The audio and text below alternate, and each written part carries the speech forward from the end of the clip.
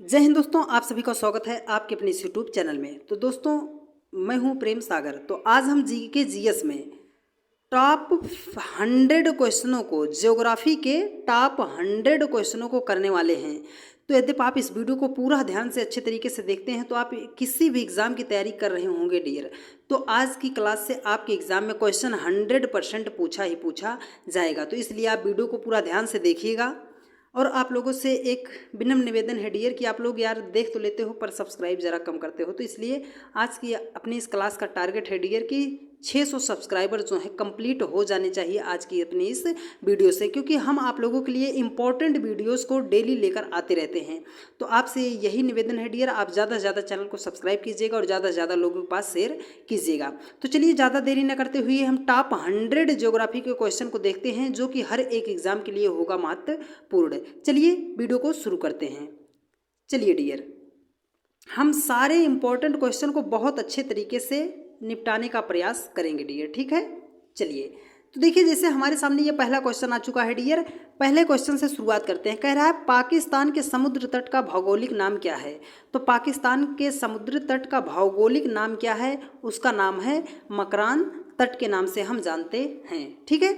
चलिए important question है। Next question पर चलते हैं। देखिए कह रहा है दूसरा क्वेश्चन, अंतर्राष्ट्रीय तिथरेखा इंटरनेशनल डेट लाइन का निर्धारण किस वर्ष किया गया था। तो अंतर्राष्ट्रीय तिथरेखा का निर्धारण कब किया गया था? 1884 ईस्वी में अंतर्राष्ट्रीय तिथरेखा का निर्धारण किया गया था। चलिए नेक्स्ट क्वेश्चन देखते हैं। देखिए कह रहा है राष्ट्रीय पर्यावरण शोध संस्थान नेशनल इन्वायरमेंट रिसर्च इंस्टीट्यूट कहाँ है। तो राष्ट्रीय पर्यावरण शोध संस्थान जो है वो कहाँ है? नागपुर में है, ठीक है। चलिए अगले क्वेश्चन पर चलते हैं। देखिए कह रहा है कि तवा नदी किसकी सहायक नदी है। तो जो तवा नदी है वो किसकी सहायक नदी है? वो होती है नर्मदा की, ठीक है। नर्मदा नदी की सहायक नदी है कौन सी? तवा नदी। अगला क्वेश्चन देखिए कह रहा है कि कौन सा देश पहले श्याम के नाम से जाना जाता था। तो पहले कौन सा देश ऐसा है? थाईलैंड है जो पहले श्याम के नाम से जाना जाता है, ठीक है। सारे इंपॉर्टेंट क्वेश्चन है डियर, इसलिए आपसे विनम्र निवेदन है कि वीडियो को जरा सा भी स्किप मत कीजिएगा, अदरवाइज आपको नुकसान हो सकता है, ठीक है। चलिए नेक्स्ट क्वेश्चन पर चलते हैं। देखिए अगला क्वेश्चन कह रहा है, देखिए अगला क्वेश्चन कह रहा है कि भारत में देतू पत्ता का सबसे अधिक उत्पादन करने वाला राज्य कौन है। तो देतू पत्ता का सबसे ज़्यादा उत्पादन कहाँ किया जाता है? मध्य प्रदेश में किया जाता है, ठीक है। अगला क्वेश्चन देखिए कह रहा है कि टोंडा जनजाति कहाँ पाई जाती है। तो टोंडा जनजाति जो होती है वो कहाँ पाई जाती है? नीलगिरी की पहाड़ियों पर पाई जाती है, ठीक है। अगला देखिए क्वेश्चन कह रहा है कि बेरूत किस देश की राजधानी है। तो बेरूत जो है किस देश की राजधानी है? लेबनान की, ठीक है। बेरूत जो है किस देश की राजधानी है?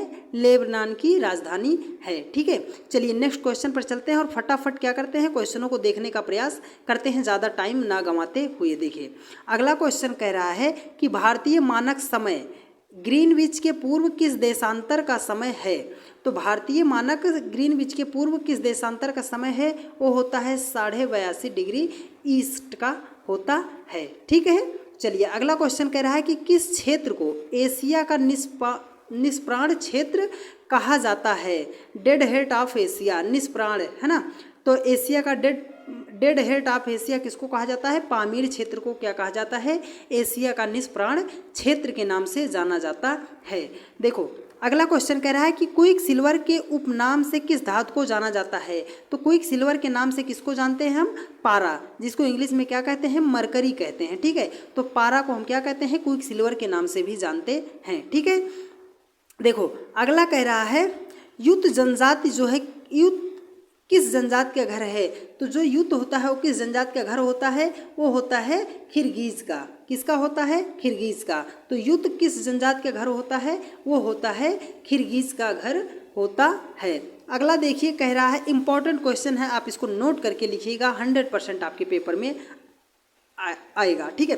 कह रहा है कि देवप्रयाग किन नदियों के संगम पर स्थित है। तो जो देवप्रयाग है वो भागीरथी और अलकनंदा के संगम पर स्थित है। तो देवप्रयाग जो है वो किसके संगम पर स्थित है? भागीरथी और अलकनंदा के संगम पर स्थित है, ठीक है।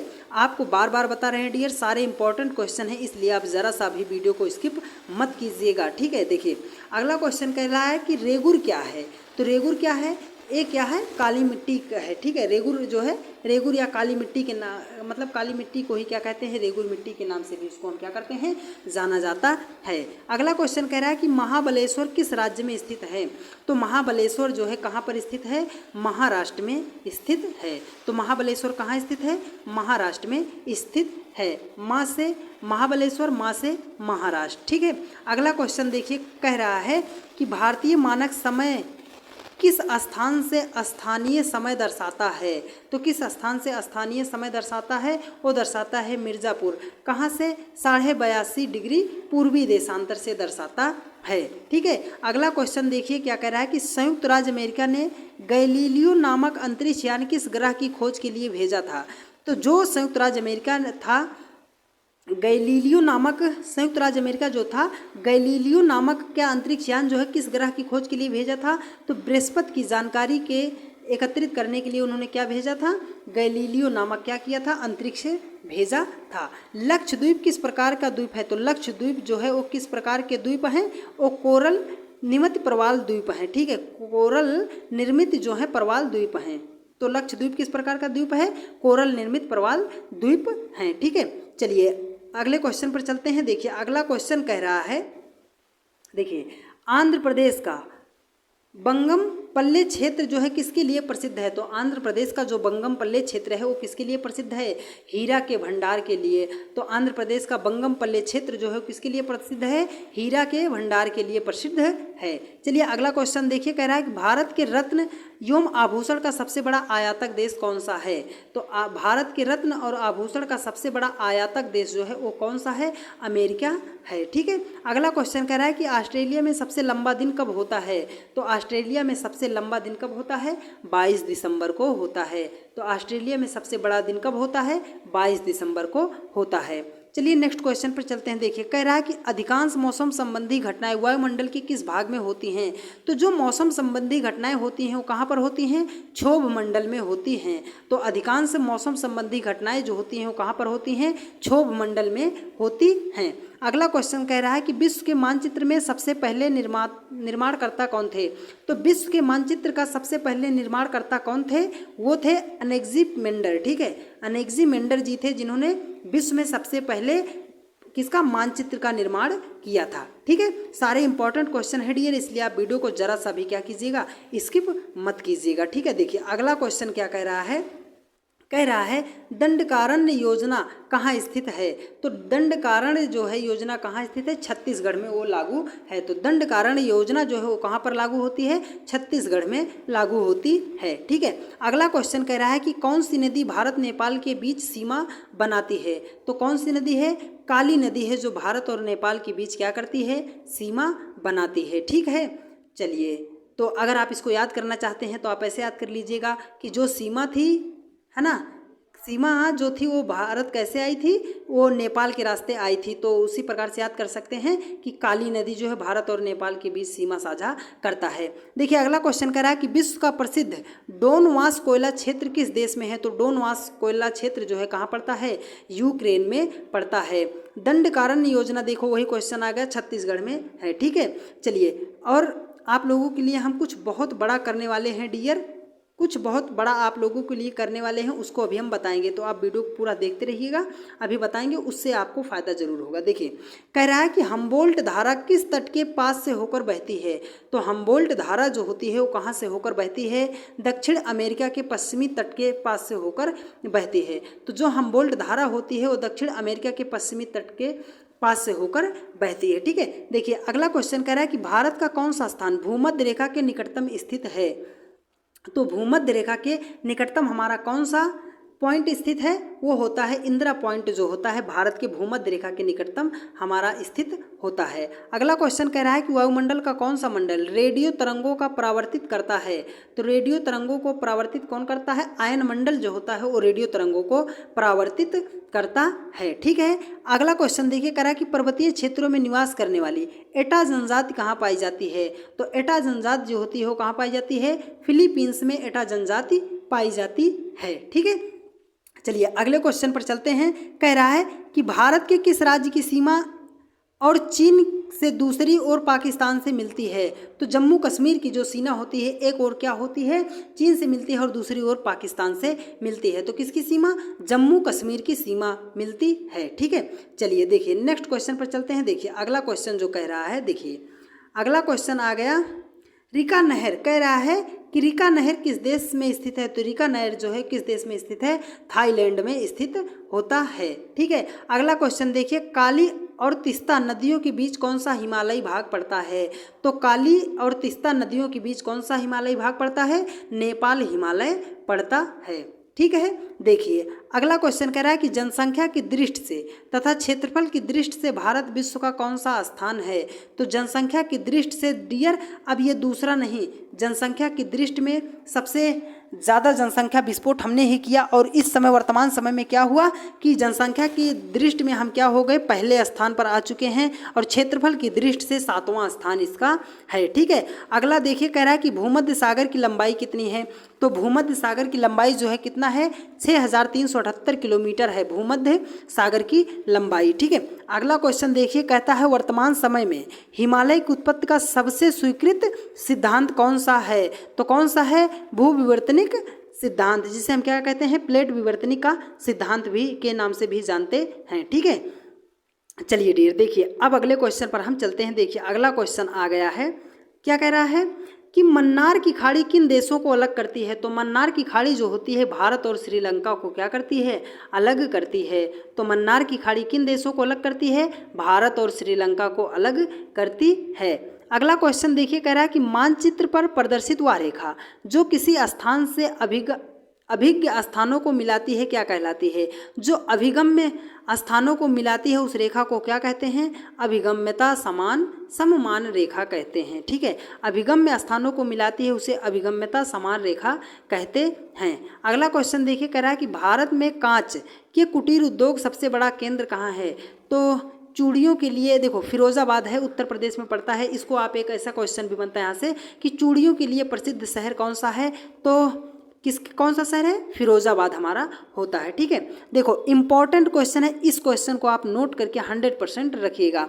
बोकारो तथा भिलाई स्थित लौह इस्पात कारखाने किस देश के सहयोग से स्थापित किए गए थे। तो बोकारो तथा भिलाई जो है वो पूर्व सोवियत संघ है ना, पूर्व सोवियत संघ मतलब रूस के सहयोग से स्थापित किए गए थे। अगला क्वेश्चन देखिए कह रहा है कि मूक घाटी परियोजना किस राज्य में स्थापित किया गया है। तो मूक घाटी जो है कहाँ पर स्थापित किया गया है, केरल राज्य में स्थापित किया गया है। चलिए नेक्स्ट क्वेश्चन पर चलते हैं। देखिए अगला क्वेश्चन कह रहा है डियर, देखिए अगला क्वेश्चन कह रहा है कि देश का सबसे पहला सुपर फास्फेट खाद का कारखाना कहाँ स्थापित किया गया था। तो देश का सबसे पहला सुपर फास्फेट खाद का कारखाना कहाँ स्थापित किया गया था, वो किया गया था रानीखेत चेन्नई में किया गया था। अगला क्वेश्चन कह रहा है कि रेल के बिजली से चलने वाले इंजनों का निर्माण कहाँ किया जाता है। तो वो किया जाता है चितरंजन में। आपको याद करना होगा तो आप ऐसे याद कर लेना, रेल का इंजन है ना, रेल का इंजन चितरंजन है ना, इंजन आप ऐसे याद कर सकते हैं कि रेल का इंजन चितरंजन। ठीक है, देखिए अगला क्वेश्चन कह रहा है कि हल्दिया तेल शोधक कारखाना किस राज्य में है। तो हल्दिया तेल शोधक कारखाना जो है वो कहाँ पर स्थित होता है, हमारा पश्चिम बंगाल राज्य में स्थित होता है। ठीक है, देखिए अगला क्वेश्चन कह रहा है कि जौनसारी खरवार थारू जनजातियां किस राज्य में निवास करती हैं। तो जौनसारी खरवार थारू जनजातियां जो हैं, एक मिनट रुकिएगा डियर, देखिए क्या कह रहा है कि जौनसारी खरवार थारू जनजातियां जो हैं किस राज्य में स्थित हैं, वो कहाँ स्थित होती हैं हमारी, वो स्थित होती हैं उत्तराखंड में। ठीक है, अब देखिए अगला क्वेश्चन कह रहा है कि Tata iron and steel TISCO किस क्षेत्र की कंपनी है। तो टाटा आयरन जो है वो किस देश की कंपनी होती है, प्राइवेट सेक्टर की कंपनी होती है। किसकी कंपनी होती है, प्राइवेट सेक्टर की। तो टाटा जो कंपनी होती है प्राइवेट सेक्टर की कंपनी होती है। ठीक है, देखिए अगला क्वेश्चन कह रहा है नवेली लिग्नाइट निगम, क्या नवेली लिग्नाइट निगम निम्नलिखित में से किस राज्य से लिग्नाइट कोयला निकलता है। तो कहाँ से निकलता है, तमिलनाडु से निकलता है। अगला क्वेश्चन देखिए कह रहा है कि किस ज्वालामुखी को भूमध्य सागर का प्रकाश स्तंभ कहा जाता है। इंपॉर्टेंट क्वेश्चन नोट कीजिएगा। तो स्ट्राम्बोली ज्वालामुखी को क्या कहा जाता है? प्रकाश स्तंभ, भूमध्य सागर का प्रकाश स्तंभ के नाम से जाना जाता है। हम पहुंच चुके हैं अपने 50वें क्वेश्चन पर। देखिए, मोटर गाड़ी निर्माण करने वाली हेनरी फोर्ड कंपनी किस शहर में है? तो हेनरी फोर्ड कंपनी जो है डेट्रॉइट शहर में स्थित है। तो आपको इतना ही बता दें। देखिए डियर, हम भी चाहते तो एकदम नॉर्मली क्वेश्चन आप लोगों के लिए ले आ सकते थे जहां से आपको पढ़कर मज़ा आता, लेकिन हमने उन क्वेश्चनों को लिया जो पेपर में अब वर्तमान समय में पूछे जा रहे हैं। ठीक है, तो आपको हो सकता हो ये सोच रहे हो कि सर थोड़ा कठिन पेपर काहे दे रहे हैं। तो हमारा टारगेट है डियर, टारगेट बटा मतलब 100/100, तो इसलिए हम थोड़ा सा आपको अच्छे अच्छे क्वेश्चन करा रहे हैं। ठीक है, तो इसलिए आप चैनल को तुरंत सब्सक्राइब कर लीजिएगा, ज़्यादा से ज़्यादा लोगों के पास शेयर जरूर कर दीजिएगा। ठीक है, चलिए देखिए, कह रहा है कि हिमाचल की कुल्लू घाटी को अन्य किस नाम से जाना जाता है? तो हिमाचल की कुल्लू घाटी को देव घाटी के नाम से भी जाना जाता है। ठीक है, चलिए देखिए अगला क्वेश्चन कह रहा है, देखो कह रहा है कि एशिया व उत्तरी अमेरिका को जल डमरू मध्य अलग करता है, वह कौन सा है? तो एशिया और उत्तरी अमेरिका को जो है बेरिंग जल डमरू मध्य क्या करता है? अलग करता है। ठीक है, अगला क्वेश्चन पे चलते हैं। देखिए, कह रहा है कि तमिलनाडु और केरल को जोड़ने वाला दर्रा कौन सा है? तो नीलगिरी के दक्षिण में जो स्थित दर्रा है उसे हम क्या कहते हैं? वो क्या करता है? तमिलनाडु और केरल राज्य को क्या करता है? जोड़ता है। अगला क्वेश्चन देखिए, कह रहा है कि देश में खाद्यान्न के कुल उत्पादन में किस राज्य का प्रथम स्थान है? तो अपना प्रदेश उत्तर प्रदेश है ना। तो देश के खाद्यान्न में कुल उत्पादन किस राज्य का प्रथम स्थान है? तो उत्तर प्रदेश का स्थान है। अगला क्वेश्चन कह रहा है कि बाढ़ के मैदान का उच्च भाग जहां बाढ़ जल नहीं पहुंचता क्या कहलाता है? तो उसे हम क्या कहते हैं? बांगर मैदान कहते हैं, जहां पर बाढ़ का जल नहीं पहुंच पाता है। अगला क्वेश्चन कह रहा है कि चिल्का झील किस प्रकार की है? तो चिल्का झील जो है किस प्रकार की झील है? वो एक लैगून झील है। ठीक है, चलिए नेक्स्ट क्वेश्चन पर चलते हैं। देखिए अगला क्वेश्चन कह रहा है, देखिए अगला क्वेश्चन कह रहा है कि किस प्रकार की मिट्टी में सूखने पर सर्वाधिक दरार आती है? वह सिकुड़ती है। तो चिकनी मिट्टी जो होती है उसमें अत्यधिक जब वो सूखती है ना, तो उन खेतों में क्या होता है? ऐसे ऐसे क्या हो जाते हैं? दरारें पड़ जाती हैं। ठीक है, कह रहा है कृष्णा डेल्टा गोदावरी डेल्टा तट क्या कहलाता है? तो कृष्णा डेल्टा और गोदावरी डेल्टा का तट जो है क्या कहलाता है? गोलकुंडा तट के नाम से उसको हम जानते हैं। ठीक है, अगले क्वेश्चन पे चलते हैं। देखिए, कह रहा है कि भारत की कौन सी नदी विंध्या सतपुड़ा पर्वत श्रृंखलाओं के बीच से होकर गुजरती है? तो विंध्या या विंध्य सतपुड़ा पर्वत श्रृंखला से कौन सी नदी गुजरती है? तो नर्मदा नदी जो है गुजरती है। अगला क्वेश्चन देखिए, कह रहा है कि भारत का सबसे पहला जैवमंडलीय आरक्षित क्षेत्र कहाँ स्थापित हुआ? तो भारत का सबसे पहला जैवमंडलीय आरक्षित क्षेत्र जो है वो नीलगिरी में स्थित हुआ है। अगले क्वेश्चन पर चलते हैं। देखिए, कह रहा है अलेप्पी बंदरगाह किस राज्य में स्थित है? तो अलेप्पी बंदरगाह कहाँ पर स्थित है? केरल राज्य में स्थित होता है। ठीक है, चलिए नेक्स्ट क्वेश्चन पर चलते हैं। देखिए अगला क्वेश्चन कह रहा है कि विश्व मौसम संगठन कार्यालय कहाँ है? तो विश्व मौसम संगठन जो कार्यालय है वो कहाँ पर स्थित है? जिनेवा में स्थित है। अगला क्वेश्चन देखिए, कह रहा है कि नागार्जुन परियोजना किस नदी पर बनाई गई है? तो नागार्जुन परियोजना जो है कृष्णा नदी पर बनाई गई है। आपको याद करना है तो ना याद कर लीजिए, का याद कर लीजिए। आप याद कर लीजिए नाक, ना से नागार्जुन, का से कृष्णा नदी। तो जो नागार्जुन परियोजना है वो कृष्णा नदी पर बनाई गई है। कल्पक्कम और तारापुर क्रमशः कहाँ स्थित हैं? तो कल्पक्कम जो है हमारा तमिलनाडु में है और तारापुर जो है महाराष्ट्र में स्थित है। तो कल्पक्कम जो है तमिलनाडु और तारापुर जो है कहाँ? महाराष्ट्र में स्थित है। कह रहा है बोलाडीला किस अयस्क के लिए प्रसिद्ध है? तो बोलाडीला जो है लौह अयस्क के लिए प्रसिद्ध है ना। अब बोलाडीला कहाँ पड़ता है? छत्तीसगढ़ में पड़ता है। कह रहा है नंदी हिल्स किस शहर के पास बसा है? तो नंदी हिल्स जो है वो बंगलुरु के पास स्थित है। और आप लोगों को एक इम्पॉर्टेंट बात बता दे डियर, देखो हम आप लोगों के लिए लाना चाहते हैं ट्रिक, है ना। पूरे जीके जीएस की 50 ट्रिक, पूरे जीके जीएस की 50 ट्रिक, जहां उस 50 ट्रिक से आप लोगों के 500 क्वेश्चन जो होंगे, एक 50 ट्रिक से 500 क्वेश्चन आपके तैयार होंगे। तो क्या आप उस ट्रिक पर वीडियो चाहते हो? अगर चाहते हो तो आप कमेंट करके बताइएगा कि हाँ सर हम उस ट्रिक पर वीडियो चाहते हैं कि उस 50 ट्रिक से हमारे 500 जीके जीएस के क्वेश्चन तैयार हो जाएं। तो कमेंट कीजिएगा, उस पर भी वीडियो हम बना देंगे, पर वेट रहेगा आपके कमेंट का। चलिए नेक्स्ट क्वेश्चन पर चलते हैं। देखिए अगला क्वेश्चन कह रहा है, देखो अगला क्वेश्चन कह रहा है कि अगरतला किस राज्य की राजधानी है? तो अगरतला किस राज्य की राजधानी है? त्रिपुरा राज्य की राजधानी है अगरतला। देखिए नेक्स्ट क्वेश्चन कह रहा है कि भारत में कुल वनों का कितना प्रतिशत शीतोष्ण वन है? तो भारत में कुल जितने भी हमारे वन हैं उसमें से कितना प्रतिशत शीतोष्ण है? तो शीतोष्ण 7 से शीतोष्ण 7 से 7। याद करने का थोड़ा ऐसा तरीका आप बनाइए कि भारत में कुल वनों का कितना प्रतिशत शीतोष्ण है, तो वो 7% होता है। देखिए कह रहा है विश्व का सबसे बड़ा कोबाल्ट उत्पादक देश कौन सा है? तो कोबाल्ट उत्पादक सबसे बड़ा देश कौन सा है? जायरे देश है। कह रहा है इराक का पुराना नाम क्या है? तो इराक का पुराना नाम क्या है? मेसोपोटामिया, है ना। तो मेसोपोटामिया की सभ्यता तो आपने पढ़ा ही होगा। तो इराक का पुराना नाम ही क्या है? मेसोपोटामिया है। अगला क्वेश्चन देखिए कह रहा है नियाग्रा जलप्रपात, है ना, नियाग्रा प्रपात कहाँ स्थित है? तो संयुक्त राज्य अमेरिका व कनाडा की सीमा पर स्थित है। संयुक्त राज्य अमेरिका व कनाडा की सीमा पर नियाग्रा जलप्रपात क्या है? स्थित है। चलिए देखते हैं डियर अगले क्वेश्चन पर। देखिए अगला क्वेश्चन कह रहा है, देखो ध्यान से देखिएगा, देखिए अगला क्वेश्चन कह रहा है कि संयुक्त राज्य अमेरिका, देखो कह रहा है वारसा किस देश की राजधानी है? तो वारसा जो है पोलैंड की राजधानी है। अगला क्वेश्चन कह रहा है कुंडा परियोजना किस राज्य से संबंधित है? तो कुंडा परियोजना जो है तमिलनाडु से संबंधित है। पूछ रहा है सिंधु नदी की लंबाई कितनी है? तो सिंधु नदी की जो लंबाई होती है वो कितनी होती है? 2280 2280 किलोमीटर होती है। किसकी लंबाई? सिंधु नदी की लंबाई जो होती है 2280 किलोमीटर होती है। देखिए इंपॉर्टेंट क्वेश्चन ये है डियर, आप इसको नोट कीजिएगा कि मध्य प्रदेश से निकलकर ओडिशा से बहती हुई बंगाल की खाड़ी में गिरने वाली महानदी का अपवहन क्षेत्र कितना है? तो अपवहन क्षेत्र जो है 132,000 वर्ग किलोमीटर है। किसका? मध्य प्रदेश से निकलकर ओडिशा के रास्ते बहती हुई महानदी जो है उसका अपवहन क्षेत्र कितना है? 132,000 वर्ग किलोमीटर है। कह रहा है बोकारो स्टील प्लांट कहाँ स्थित है?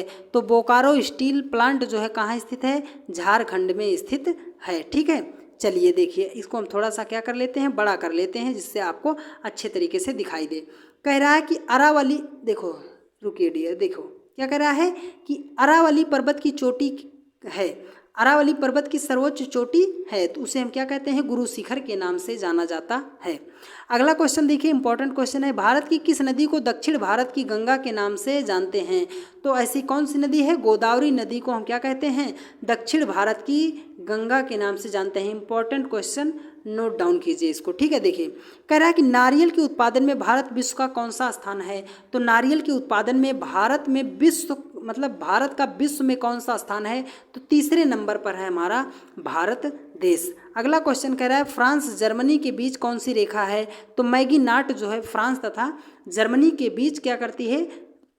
इनको बीच रेखा निर्धारण करती है, जर्मनी और फ्रांस के बीच, जर्मनी फ्रांस मैगी नाट। ठीक है, चलिए अगले क्वेश्चन पर चलते हैं। देखिए अगला क्वेश्चन कह रहा है कि नेफा, कह रहा है, देखिए डियर इसको हम थोड़ा सा लॉक कर लेते हैं। ठीक है, देखिए कह रहा है कि नेफा राज्य का पुराना नाम क्या है? तो नेफा राज्य का पुराना नाम क्या है? अरुणाचल प्रदेश। ये तो शायद अरुणाचल प्रदेश वालों को भी ना पता होगा कि हमारे राज्य का पुराना नाम क्या था? नेफा था। देखो अर्धरात्रि के सूर्य की भूमि, इंपॉर्टेंट क्वेश्चन, नोट डाउन इसको कीजिएगा। ठीक है, अर्धरात्रि के सूर्य की भूमि से किस देश को कहा जाता है? तो नॉर्वे को कहा जाता है। भिलाई स्टील प्लांट किस राज्य में है? तो भिलाई स्टील प्लांट जो है हमारा कहाँ है?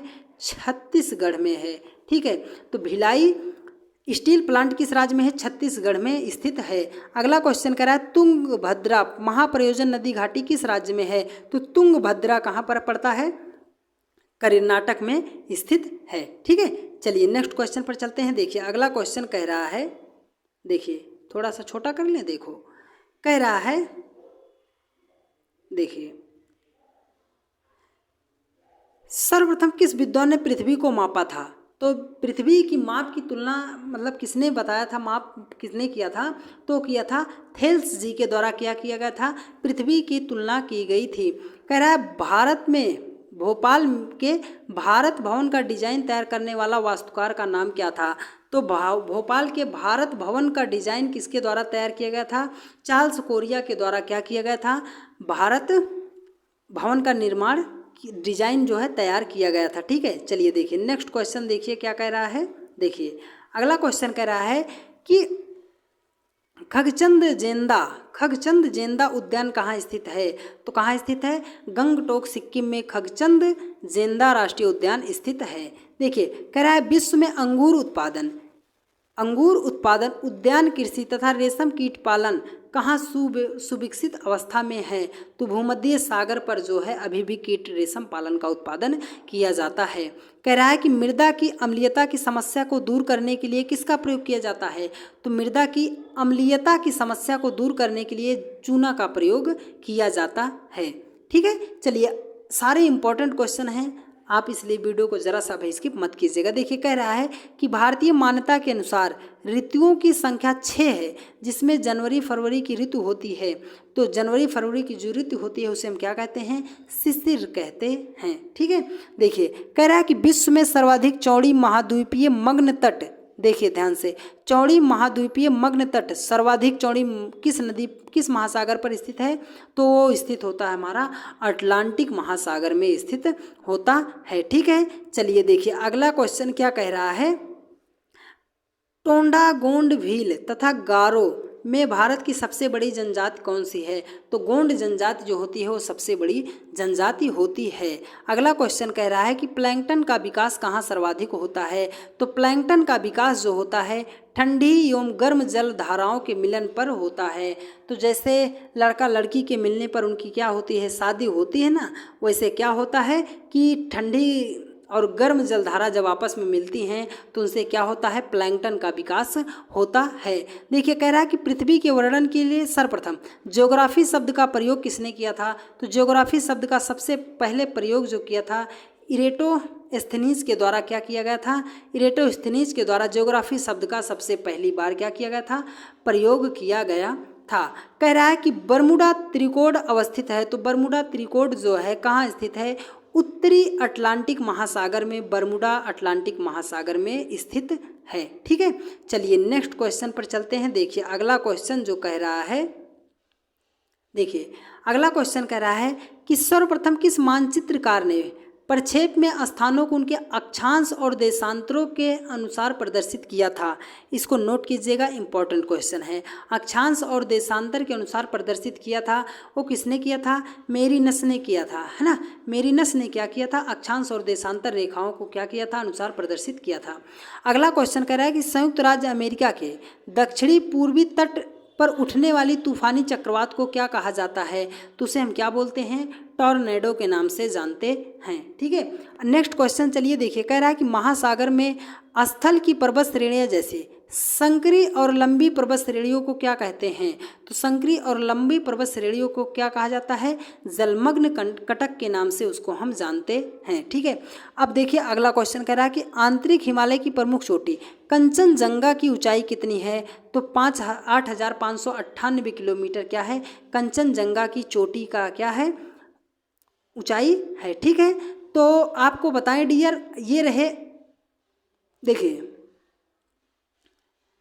आज आपके रहे ये ज्योग्राफी के टॉप 100 क्वेश्चन, ज्योग्राफी के टॉप 100 क्वेश्चन। यद्यप आप इस वीडियो को पूरा ध्यान से देखे होंगे तो आप किसी भी एग्जाम की तैयारी कर रहे होंगे, यहाँ से क्वेश्चन 100% आपको पूछा जाएगा। तो आप लोग तुरंत क्या कीजिए, चैनल को सब्सक्राइब कीजिए, लाइक कीजिए और उसके बाद कमेंट कीजिए और चैनल को शेयर कीजिए। ठीक है, और आप लोगों के लिए हम लेकर आ रहे हैं टॉप 50 जीके की, जीके जीएस की ट्रिक। उस 50 ट्रिक से आपके 500 क्वेश्चन तैयार हो जाएंगे। तो क्या आप 50 ट्रिक को सीखकर 500 क्वेश्चन करने के लिए तैयार हो? आप कमेंट कीजिएगा यस और नो। अगर आप चाहते हैं तो आपको वीडियो दे दी जाएगी, तो आपको जहां से बहुत ज़्यादा फ़ायदा होने वाला है। तो प्लीज़ यार, यदि आप लोग चैनल पर नए हैं तो चैनल को सब्सक्राइब करके बेल आइकन को ज़रूर दबा लीजिएगा। इस वीडियो से हमारा जो टारगेट है वो 600 का टारगेट है कि इस वीडियो से हमारे 600 सब्सक्राइबर कंप्लीट हो जाएंगे। तो ठीक है दोस्त, मिलते हैं आप लोगों से नेक्स्ट वीडियो में। तब तक के लिए जय हिंद, जय भारत, वंदे मातरम। खुश रहिए, मस्त रहिए और अपनी पढ़ाई में व्यस्त रहिए और हमारी वीडियो से एंजॉय करते रहिए, पढ़ते रहिए और ज़्यादा से ज़्यादा लोगों के पास शेयर करते रहिएगा। ठीक है, लव यू, टेक केयर, धन्यवाद।